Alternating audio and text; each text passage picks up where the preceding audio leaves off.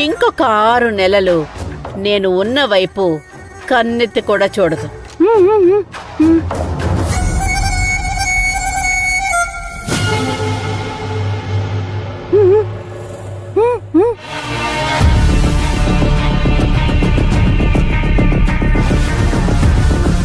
ఏంటి కొట్టింది సరిపోలేదా?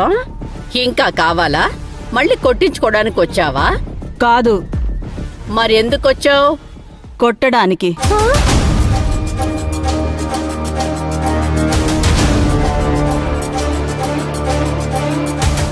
ఎవరిని? తమరినే. నన్నే కొడతావా?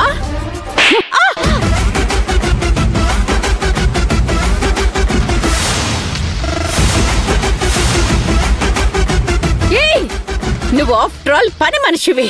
నువ్వు నన్ను ఈ సుమిత్రని కొడతావా? దీని పరిణామం ఎలా ఉంటుందో తెలుసా నీకు?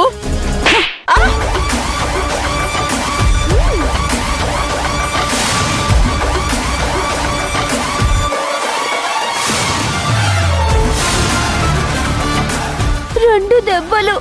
ఆది, ఆది, ఎక్కడున్నావురా? లక్ష్మమ్మ నన్ను చంపేస్తోంది, రారా. ఏమైందమ్మా? ఈ పని మనిషి నా చెంప మీద కొట్టింది. 2 చెంపుల మీద అటు ఇటు ఎడబెడ వాయించేసింది. ఏయ్ ముసలి, మా అమ్మ మీద చేయి చేసుకునేంత ధైర్యం వచ్చిందా నీకు? అసలు నిన్ను... ఆగు!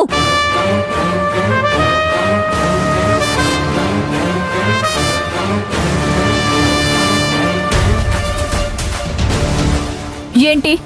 నీ ఇంటి పని మనిషి మా అమ్మ మీద చేయి చేసుకుందంట. ముందు మీ అమ్మ నా అమ్మ మీద చేయి చేసుకుంది. అందుకే మా అమ్మ మీ అమ్మను కొట్టింది.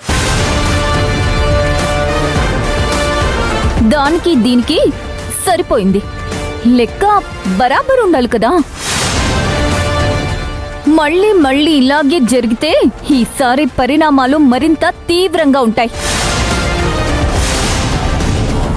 ఎవ్వరన్నా మా అమ్మ జోలికొస్తే వాళ్ళ గతేమవుతుందో నాకు కూడా తెలీదు. Mind it.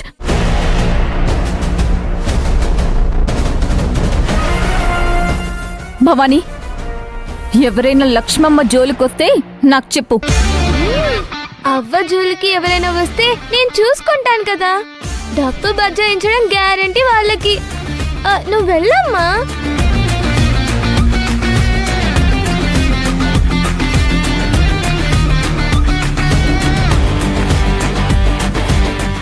ఏంటే ఇంటి పని మనిషి నన్ను కొట్టింది?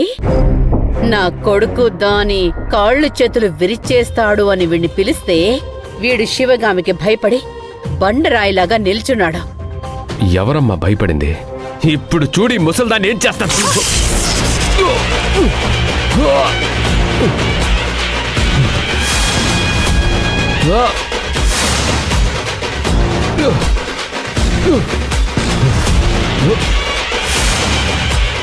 ఇది దేవి అనుగ్రహం ఉన్న ఇల్లు.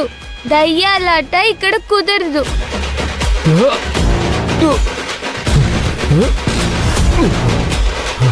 తీసుకెళ్లి వేణీళ్ళ కాపడం పెట్టండి.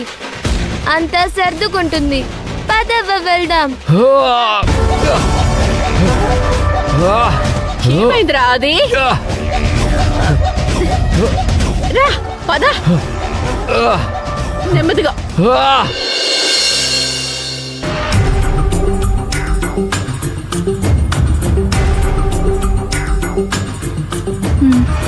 డాక్టర్ గారు వచ్చి చాలాసేపు అయిందా? లేదు మేడం, ఇప్పుడే వచ్చాను. సరే త్వరగా కారెక్కండి, ఎవరైనా చూస్తే బాగోదు.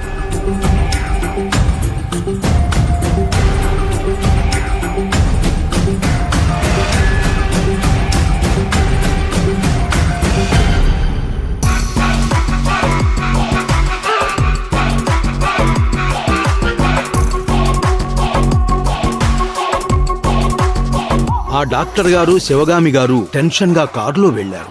చివరికి శివగామి ఏదో తెలియని సీక్రెట్ విషయం నడిపిస్తోంది. విషయం ఏంటో తెలుసుకోవాలి.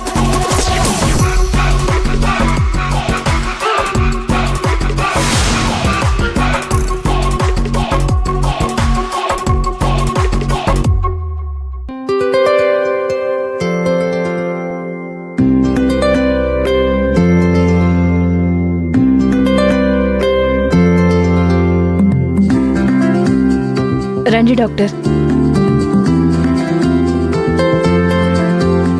మేడం, మీరు రావడం ఎవరైనా చూసారా? మిమ్మల్ని ఎవరైనా ఫాలో అయ్యారా? ఆ, నాకేం అలా అనిపించలేదు తులసి గారు. శిశిర గారు ఇక్కడ ఉండడం వల్ల శిశిర గారికి ఏమీ సమస్య కాదా? వేరే దారి లేదు తులసి గారు. ఇంతకు మించి బెటర్ ప్లేస్ ఎక్కడుంది చెప్పండి. అందుకే కెనడా నుంచి డైరెక్ట్గా మీ ఇంట్లోనే ఉండమని చెప్పాను. మా ఇంట్లో ఉన్న పరిస్థితి ఏంటో